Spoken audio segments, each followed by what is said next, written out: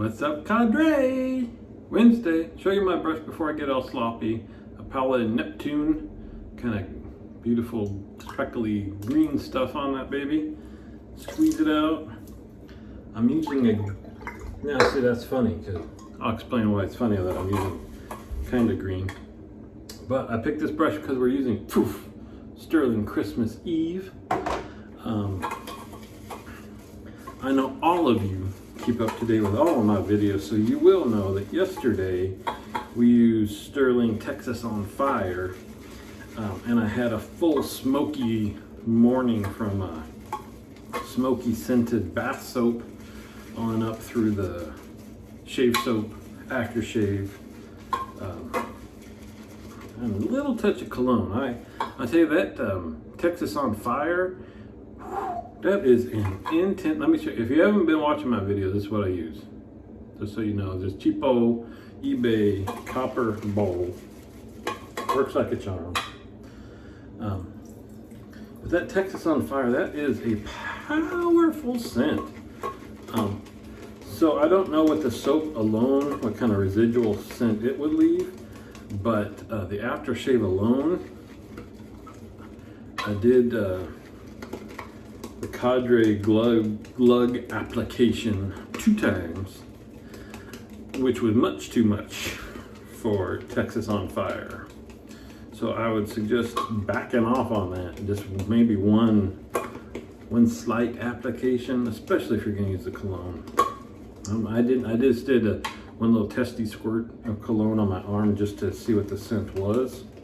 Didn't add any more, and it was powerful. I'll just say that. So that was got rid of that bath soap.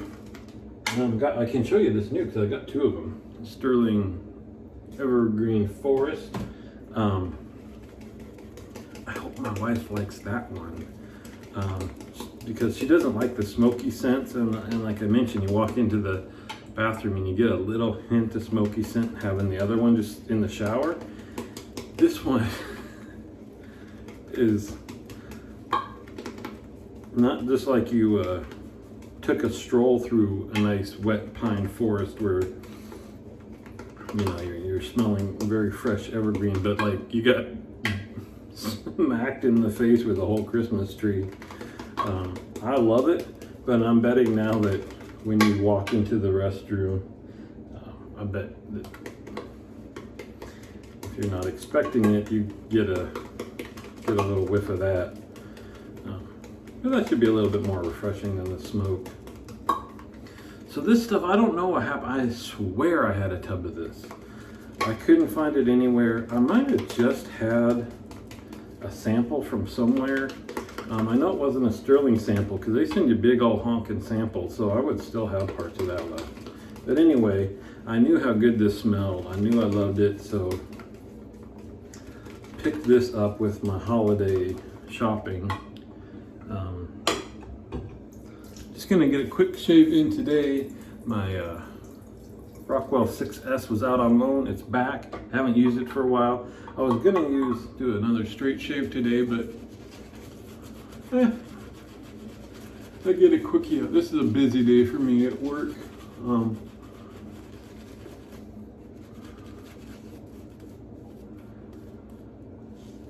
It's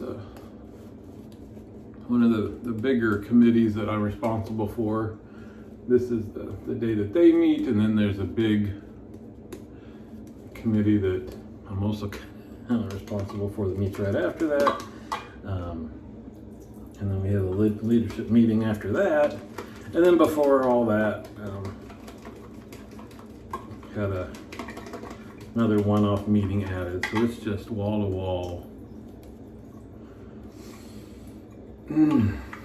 Man, I think this is pretty much common knowledge, but if you like just a pine scent, clean, nothing else, it's called Christmas Eve, but you're not getting cranberries and cinnamon and the scent of wrapping paper, any of that stuff. It's just pine. And it's awesome. So Rockwell, let rinse off my goop. Now goop is what Chris Noir shaved with this week. Did you see that? Oh man, we sent him this gag package and it had a bowl of like a can of Edge shave gel. He actually shaved with that, but so here's a Rockwell 6S. Plate number 3 is on here.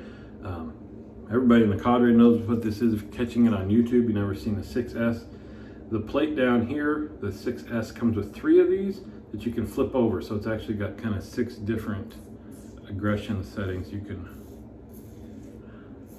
choose from. I'd actually thought, I decided not today, but just out of curiosity, I tried all the settings when I got the thing, and then settled in on 3 for all around everyday shaving. Now, I got some more miles, more shaves under my belt. I thought maybe I'd just see what 4 and 5 feel like again. So anyway, so I got a tub of this stuff because I got to have it.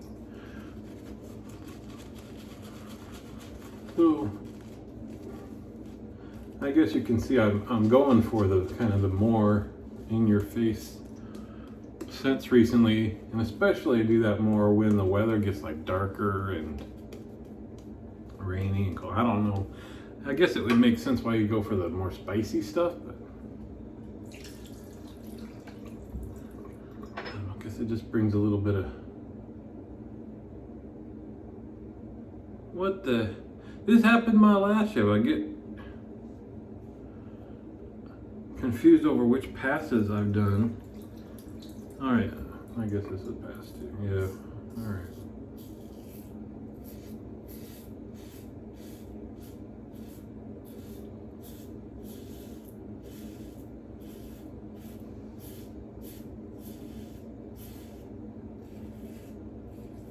As I said before, it'd be kind of, there's some Facebook shave groups that guys go Facebook Live with their shave. Maybe I'll do that once just to see how it is. I spend all my time on the cadre though, so I really don't know any of the people to kind of interact with as we do with on the cadre. But it'd be cool for just instances like that. I keep thinking, I think Dave in Kentucky mentioned it once.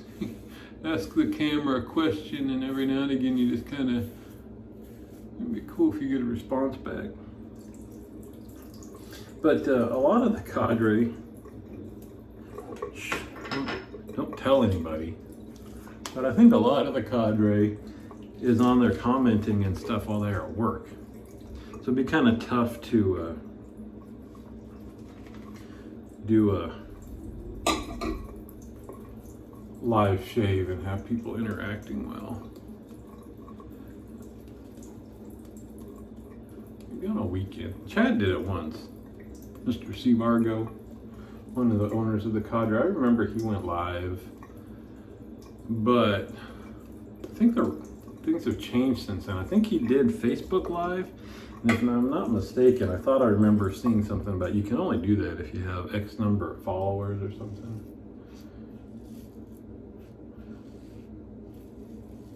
And the cadre does have a Facebook page. Hey, historical fact, that's where the cadre started. Before they had a website,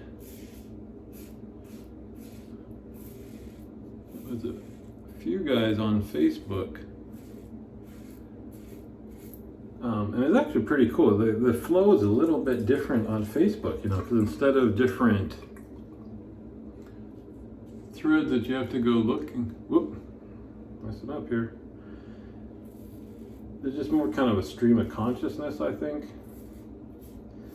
So we brought that up a couple of times to the owners about it. It'd be kind of neat just to have a chat section on the cadre. We're just kind of running discussion, whatever. They decided not to do that because our forums are pretty active, and the concern is that that's a winning formula, and putting somewhere else to have your conversations would probably take away from that and kind of dilute where people are spending their time and stuff. So that makes sense.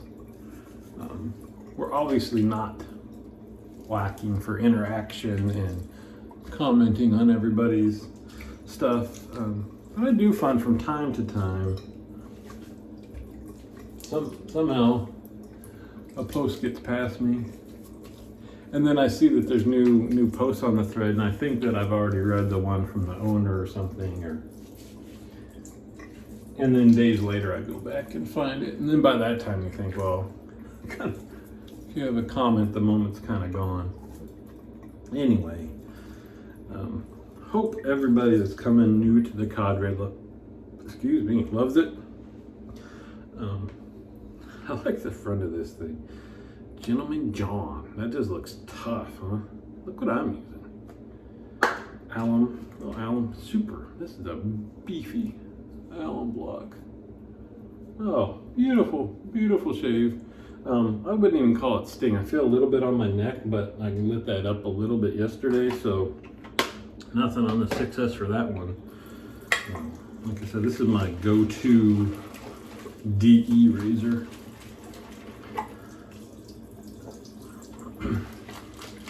Anyway, I was saying I hope that the people new to the cadre, what I like to see, and I hope that they're not just kind of being nice about it, is you'll see folks that have been around just for a month or two, and then new folks joining in, and the folks that have just been there just for a little while will say, hey, welcome, you're just going to be great here. These guys are awesome, super nice, which is true.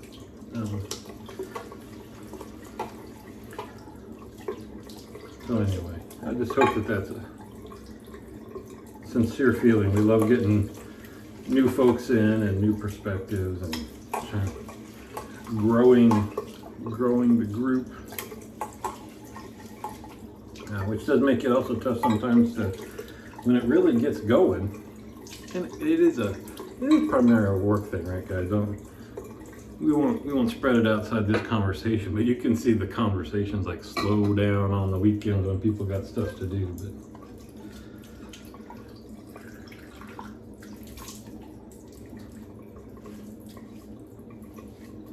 All right, so I should have checked this out before I did the alum, the evaluation and scoring, because the alum makes it, a little bit. What do you call that? I don't even know what you call it, because it's sticky.